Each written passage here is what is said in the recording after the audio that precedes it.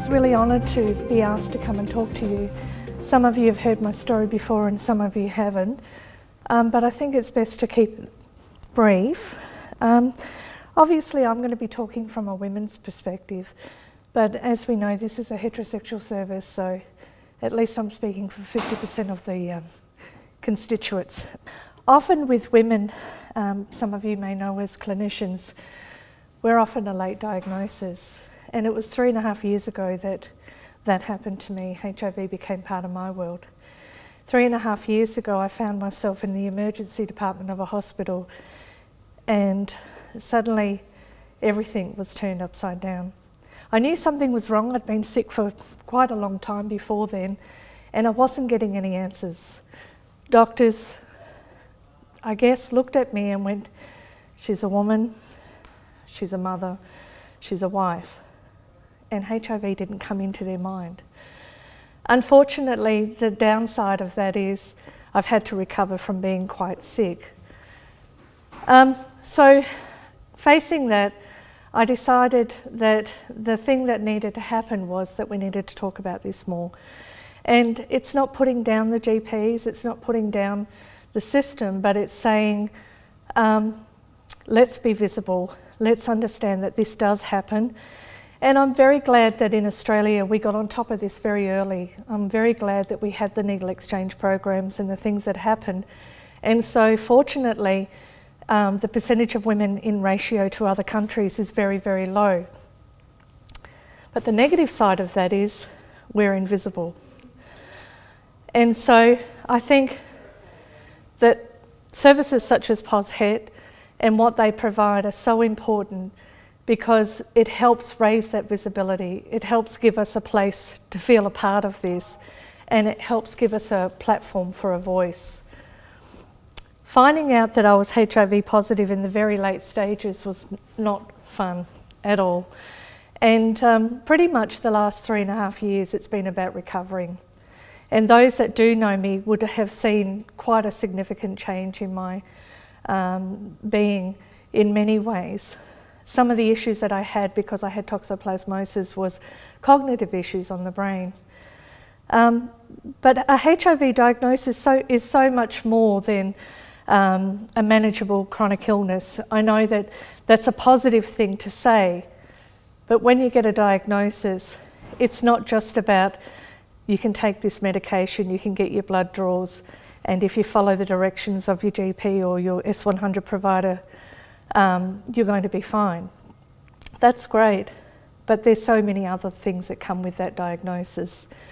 Many of us would be aware that stigma and discrimination is probably the hardest thing that people living with HIV have to deal with. I've been rather fortunate in a way that I haven't had to face that too much, but it doesn't mean that it hasn't happened. I think the reason it hasn't impacted on me so much is because of the way I'm looking at it. I very quickly learnt that it wasn't mine to own. If I didn't own that stigma and discrimination, it wasn't going to impact on me. So I had to deflect that. But not all of us are equipped with that skill. Being a mum of 4 kids, and navigating your health is very, very difficult. And I was very fortunate that I had a supportive partner in my life at that time. And if it wasn't for the care and love of that supportive partner and my children, I really don't know how I would have coped. And it makes me think about those that don't have that family support, and how is that for them? One of the biggest losses that happened to me was the loss of employment. At the time that I was diagnosed, all I wanted to do was have some sense of control, and that was gone. All of a sudden I had to trust strangers, all of a sudden I had to take their advice, all of a sudden my whole personal life was exposed in a very, very sudden setting. And I thought maybe holding on to a job would give me some semblance of control, it would give me some semblance of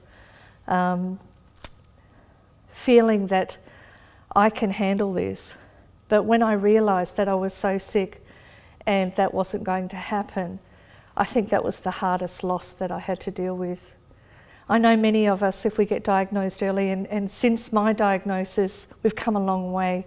Since my diagnosis, we now know that getting people on treatment early is going to change that. Since my diagnosis, we now know that the risk of infecting others has diminished. And we all rejoice in that because we think that this is going to have an impact on reducing stigma and discrimination, which is the biggest thing that particularly heterosexuals, but all people living with HIV find very, very difficult. Margaret Fuller once said, "If you have knowledge, let others light their candle in it."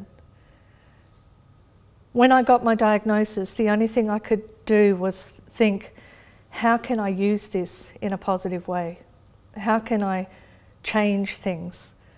And so I'm really honoured that Rachel and her team have asked me to be able to come and talk to you today and allow you the opportunity to hear my voice and to hear my words, which is one of many living with HIV. It saddens me that there aren't more women speaking. It saddens me that there aren't more people speaking out, because that's a reflection of where we're at. Sometimes we're taking 2 steps forward and 10 steps back, but any little step forward is a good step.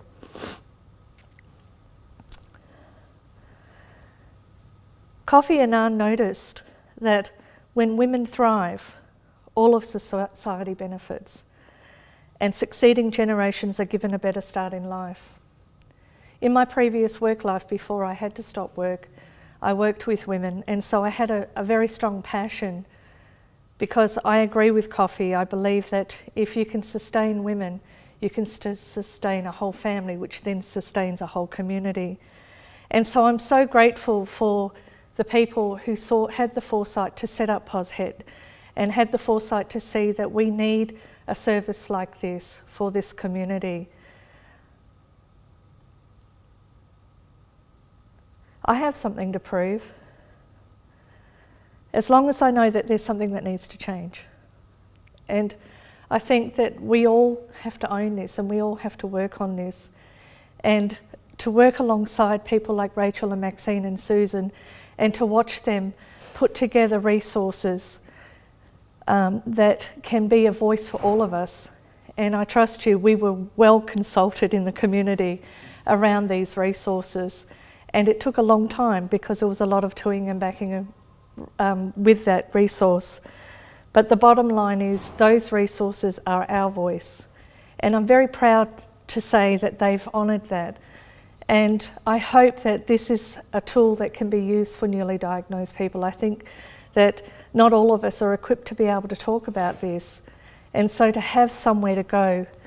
The other thing that Pozhet brought to me, which helped me with my recovery, was that connection of being able to talk to other positive people, other like-minded positive people, and specifically the women's groups. They were the thing that suddenly I didn't feel so isolated, suddenly I didn't feel so alone. I remember when I was in the hospital, they kept coming to me with brochures and information, and I was like, go away, I don't want to hear this.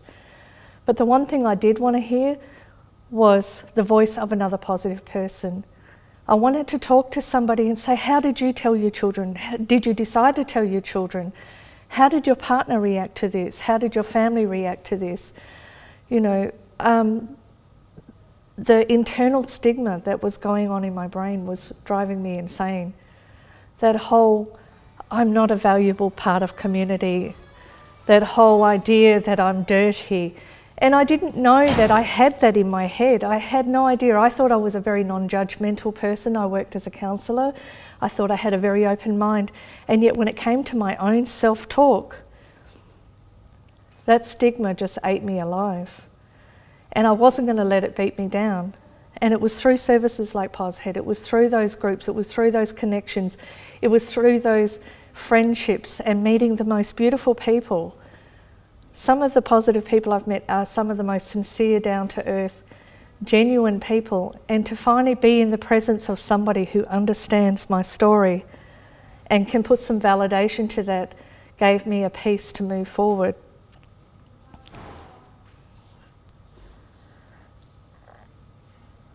I think being a woman in itself is difficult, but one thing I've learnt from being part of this group is it's not just about the women, but it's about the heterosexual men. And as a woman and as a mother, we're caregivers, and we do care. We do care that it's hard for them, that they feel isolated, that they're afraid to go out and date because they're fearful of that rejection. It hurts to see people like that. But one thing that stood out for me was when I was first diagnosed, one of my work colleagues broke down and she cried. And I thought she was crying because she thought I was dying. I said, it's all right, I'm okay, I'm a strong girl, I'm going to get through this. She said, no, I'm not worried about you getting through the illness, I know you'll deal with that. She said, I'm worried what you're going to do when your man leaves. Oh, do you know something I don't?